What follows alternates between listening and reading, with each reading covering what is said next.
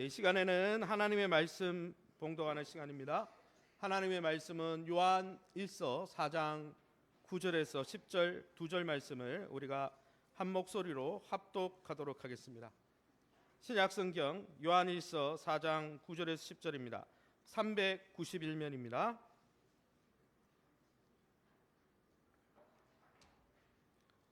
(391면) 요한 1서 4장 9절에서 10절입니다. 저와 여러분이 함께 한 목소리로 2절이니까 함께 합독하겠습니다. 하나님의 사랑이 우리에게 이렇게 난 바 되었으니 하나님이 자기의 독생자를 세상에 보내심은 그로 말미암아 우리를 살리려 하심이라.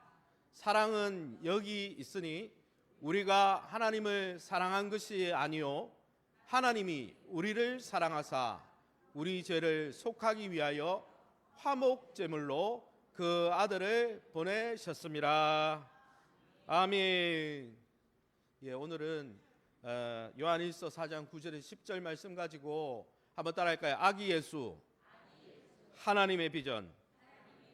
그런 제목으로 말씀을 함께 나눌 때 우리를 구원하시기 위해서 아기 예수로 오신 주님 앞에 기뻐하면서 하나님의 사람으로 멋지게 살아가시기를 예수님 이름으로 축원합니다. 성탄절은 아기로 오신 성육신하신 성자 하나님을 축하하고 그 아기 예수로 오신 그 놀라운 일을 기념하고 축복하는 날입니다. 특별히 이 성탄절에 아기 예수로 오신 이 비전은 하나님의 계획과 은혜 가운데 이루어진 하나님의 비전입니다. 성부의 비전이요, 성자의 비전이요, 성령의 삼위일체 하나님께서 작정하신 일이 바로 성육신의 사건이죠. 그러면 이 아기 예수 비전은 구체적으로 어떤 비전입니까? 첫 번째는 아기 예수 비전은 한번 따라합시다. 구원자 비전입니다. 오늘 성경 마태복음 1장 21절 우리 함께 읽어보겠습니다. 아들을 낳으리니 이름을 예수라 하라. 이는 그가 자기 백성을 그들의 죄에서 구원할 자라 이심이라 하니라. 아멘. 오늘 성경에 읽어보니까 예수님이 오실 때 천사들을 통해서 하나님이 무엇을 말씀하십니까? 아들을 낳으리니 이름을 예수라 하라 그랬어요. 예수, 이 표현은 예슈아라는 표현에서 왔습니다. 이 예슈아가 뭐냐? 예슈아가 헬라어로 음력한 건데 여호수아를, 히브리어인 여호수아를 헬라어로 차용해서 읽을 때 예슈아라고 합니다. 여호수아의 그러면 뜻이 예수님의 뜻과 똑같은데 여호수아가 무슨 뜻이냐? 한번 따라합시다. 여호와는 구원이시라. 하나님은 우리의 구원이시다. 그걸 차용해서 이 여호수아를 예슈아라 부르는데 그 예슈아라는 이름을 예수라는 이름과 똑같은 이름으로 불렀다는 거예요. 무슨 말입니까? 하나님이 우리의 구원이시라는 것입니다. 예수 그리스도가 오신 그 이유는 우리의 구원 때문이라는 것입니다. 할렐루야. 그래서 천사가 뭐라고 했습니까? 왜 예수라고 불러라 했습니까? 이는 왜냐하면 그 예수가 자기 백성을 그들의 죄악에서 구원할 역할을 하기 때문이다라고 말씀했습니다. 사랑하는 성도 여러분, 아기 예수 비전은 우리에게 구원자를 허락하신 비전입니다. 이사야 9장 6절에 그래서 이는 한 아기가 우리에게 낳고 한 아들을 우리에게 주신 바 되었다 했습니다. 왜 예수 그리스도 성자 하나님을 아기로 보내셨습니까? 우리의 완전한 구원을 위해서, 우리를 죄에서 구원하시기 위해서 우리를 그 아기 예수님을 보내주셨다는 거예요. 할렐루야. 그것 때문에 기뻐해야 되는 거죠. 그러면 죄에서 구원할 자로 오셨는데 죄가 뭡니까? 하마르티아라는 이 헬라어는 관역, 우리가 양궁 같은 거 하면 관역을 보죠. 우리가 뭐 사격을 해도 어디 뭐 이렇게 유원지 나가면 사격 이렇게 할 수 있잖아요. 사격할 때 표적에서 빗나가가지고 아예 표적지를 벗어나다, 이 뜻이 하마르티아, 죄라는 뜻입니다. 원래 하나님과 교제하면서 자기중심적으로 살지 않고 하나님의 사랑을 주고받으면서 살아야 될 인간이 그 인생의 목적을 완전히 빗나간 상태, 그래서 자기가 하나님이 되고 자기가 주인이 되고 하나님만 없이 여기는 것이 아니라 옆에 있는 아내도 남편도 다 필요 없고 자기가 하나님이 되어서 자기중심적으로 이기적으로 살아가는 그 상태가 빗나간 상태, 그게 죄죠. 그러한 삶으로부터 구원해 주시기 위해서 그러한 왜곡된 삶, 자기 중심적으로 살아가면서 하나님과의 관계, 이웃과의 관계, 가족과의 관계를 다 깨뜨리고 사는 그런 왜곡된 삶에서 건져서 건강한 원래의 자리로 돌아가게 하시려고, 그런 구원을 주시려고 예수님이 오신 것입니다. 할렐루야. 그러니 이제는 아기 예수로 오신 그 주님, 왜곡된 삶으로부터 건강한 삶으로 회복시켜 주시는 그 주님의 손을 붙들고 이제는 건강한 삶으로 돌아가시기를 예수님의 이름으로 축원합니다. 두 번째는 아기 예수 비전이 무엇입니까? 한번 따라합시다. 아기 예수 비전은 화목제물 비전입니다. 요한일서 4장 10절입니다. 우리 함께 읽어봅니다. 사랑은 여기 있으니 우리가 하나님을 사랑한 것이 아니요 하나님이 우리를 사랑하사 우리 죄를 속하기 위하여 화목제물로 그 아들을 보내셨습니다. 이 본문에 오면 아들을 왜 보내셨다고요? 아기 예수로 왜 보내셨습니까? 화목제물로 보내셨다는 거예요. 아까는 죄에서 구원하기 위해서 보냈다 그러는데 이제는 관계 언어를 썼습니다. 화목제물. 이 화목제물이라는 뜻은 두 가지 뜻입니다. 속죄라는 뜻과 화목이라는 뜻이 있습니다. 그런데 이 화목제물은 무슨 뜻이냐? 여러분, 우리가 우리의 죄악으로부터, 우리의 죄의 저주와 죄의 심판으로부터 구원하기 위해서 예수님이 오셨지만 가만히 생각해보면 죄는 나만, 내 삶만 망가뜨린 게 아니에요. 누군가의 관계에서 죄를 짓고 잘못을 하면 어떻게 됩니까? 그 사람에게도 아픔을 줍니까? 안 줍니까? 주는 거죠. 그 사람과의 관계가 어떻게 됩니까? 깨어지는 거예요. 여러분, 자기 중심적으로 살면서 하나님도 무시하고 하나님의 법도인 말씀도 무시하고 내가 중심이 되어서 하나님을 투명 인간 취급하면 창조주 하나님의 마음에 어떨까요? 시원하겠습니까? 하나님이 그 모습을 보고 굉장히 분노가 일어나고, 성경에는 진노가 일어나고 마음이 불편하고. 여러분, 물론 자녀가 나중에 성인이 돼서 이 독립 개체가 되기 전까지 자녀가 부모의 말을 잘 순종할 때는 부모가 너무 기뻐요. 그런데 어떻습니까? 여러분들이 자녀를 낳아서 양육해 보면 어때요? 부모가 자녀를 위해 헌신하고 애쓰는데 그 부모의 마음을 모르고 정말 부모의 마음을, 가슴을 후벼 파는 이야기를 하면요, 부모의 관계가 깨어집니다.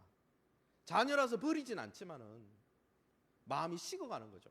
그것처럼 여러분, 우리의 죄로 인해서 하나님과의 관계가 깨뜨려졌는데 예수님이 그 하나님과의 관계가 다시 화목하게 하려고, 화평하게 하려고, 하나님과의 관계가 평화하게 하려고 우리의 죄의 대가를 지불하시고 하나님과 화목하게 하려고, 하나님과의 관계를 좋게 하려고, 하나님과 평생 원수, 영원한 원수 관계에 있다가 하나님의 자녀가 되고, 하나님의 정말 영원한 원수로 있다가 하나님의 백성이 되는, 친밀한 하나님의 가족이 되는, 그래서 영접하는 자, 곧 그 이름을 믿는 자들에게는 하나님의 자녀가 되는, 하나님의 가족, God family, 하나님의 가족이 되는, 하나님과 친밀한 관계를 누리게 하려고 예수님이 오신 것입니다. 사랑하는 성도 여러분, 독생자 예수 그리스도가 아기 예수로 오심으로 우리의 화목제물이 되어 주셨습니다. 그러니 예수를 믿는 자마다 하나님과 사이에 담이 허물어져 내린 것입니다. 할렐루야.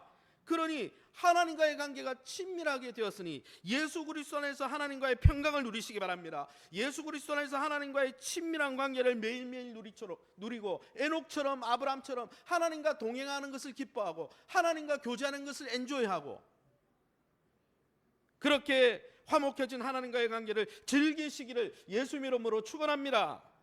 세 번째는 아기 예수로 왜 오셨습니까? 아기 예수 비전은 따라합시다. 성육신 비전입니다.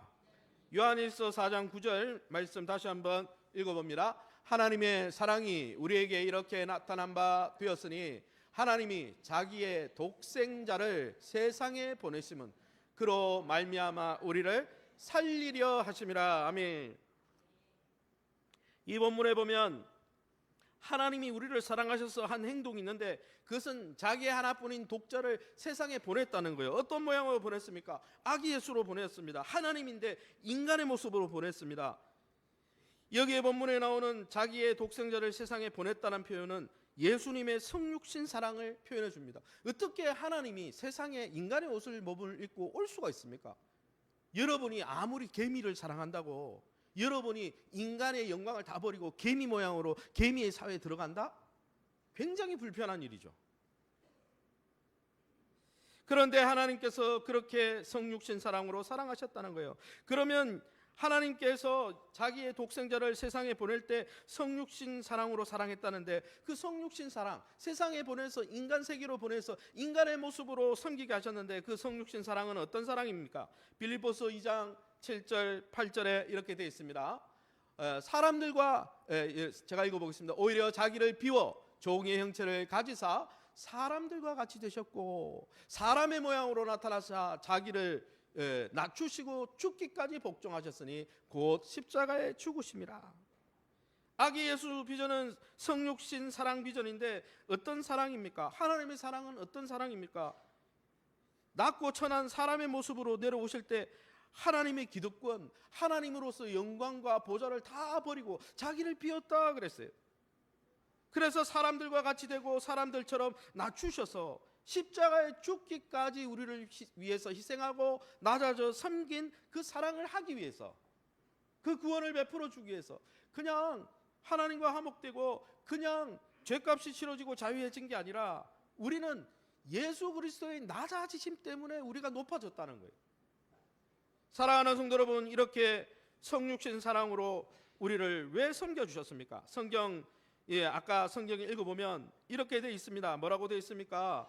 요한일서 4장 9절에 하나님이 자기의 독생자를 세상에 보내심은 그 이유는 그로 말미암아, 예수로 말미암아 우리를 살리려 하심이라. 할렐루야.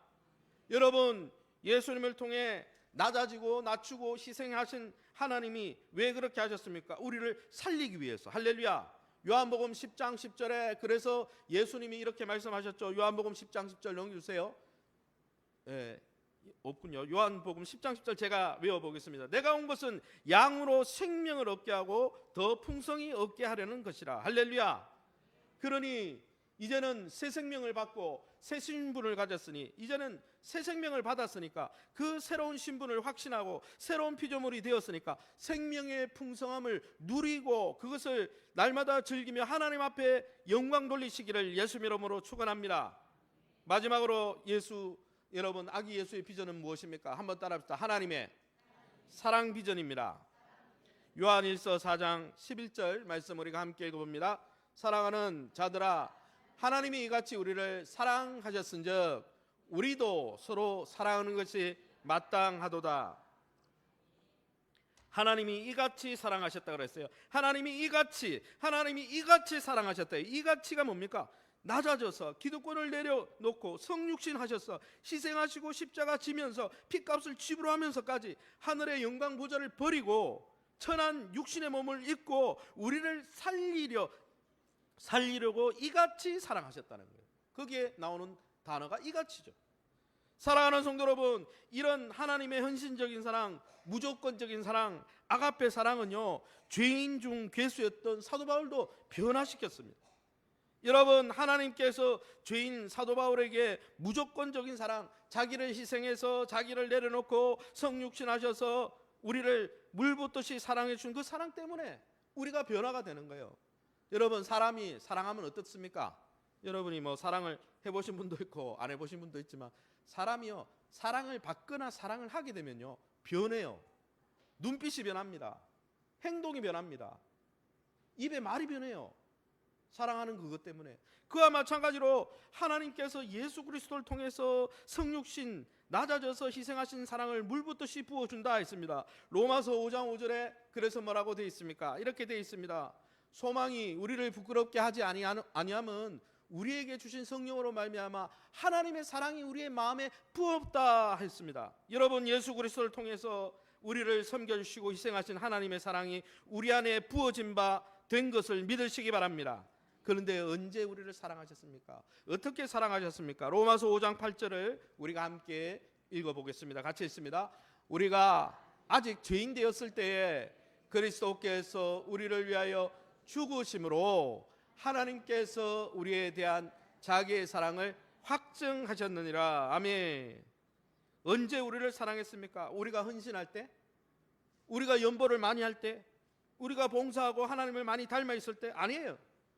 우리가 하나님을 알지도 못하고 하나님을 배반하고 배역하고 있을 때, 하나님의 마음을 후벼 파고 있을 때, 하나님과의 관계를 적대적으로 갖고 있을 때, 그때 오셔서 그들을 위해서 죽어주시고 나는 너희를 사랑한다. 너희가 변화되게, 내 사랑 안에서 변화되길 원한다. 이렇게 말씀하신 것입니다.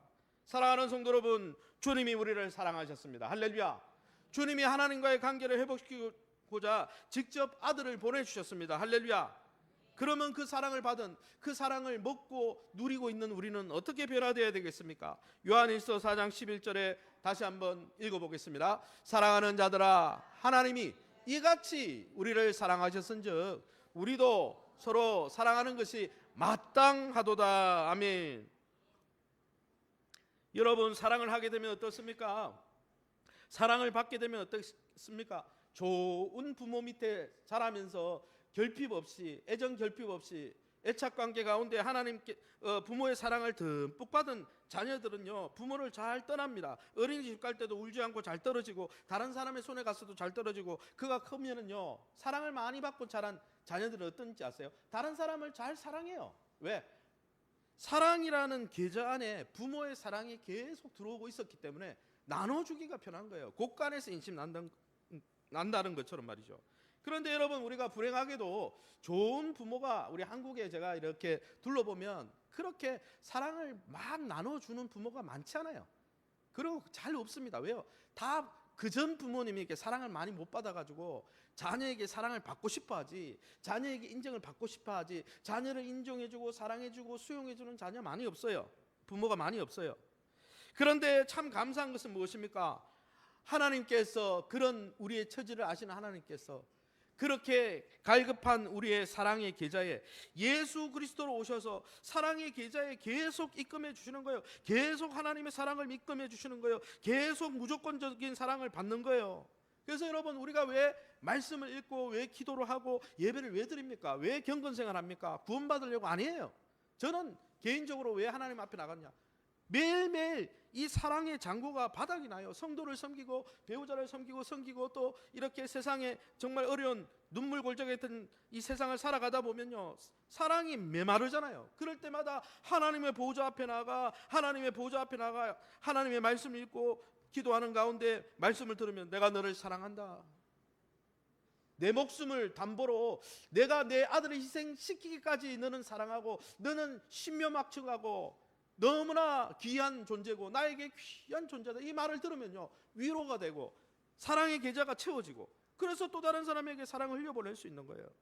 사랑하는 성도 여러분, 우리도 하나님의 무조건적인 사랑을 받은 사람입니다. 우리 장로님, 권사님, 안수집사님, 모든 성도님들도 매일매일 하나님의 보좌 앞에 나가서 매일매일 이 사랑을 확인하고 경험하고 채워가시기를 예수님의 이름으로 축원합니다.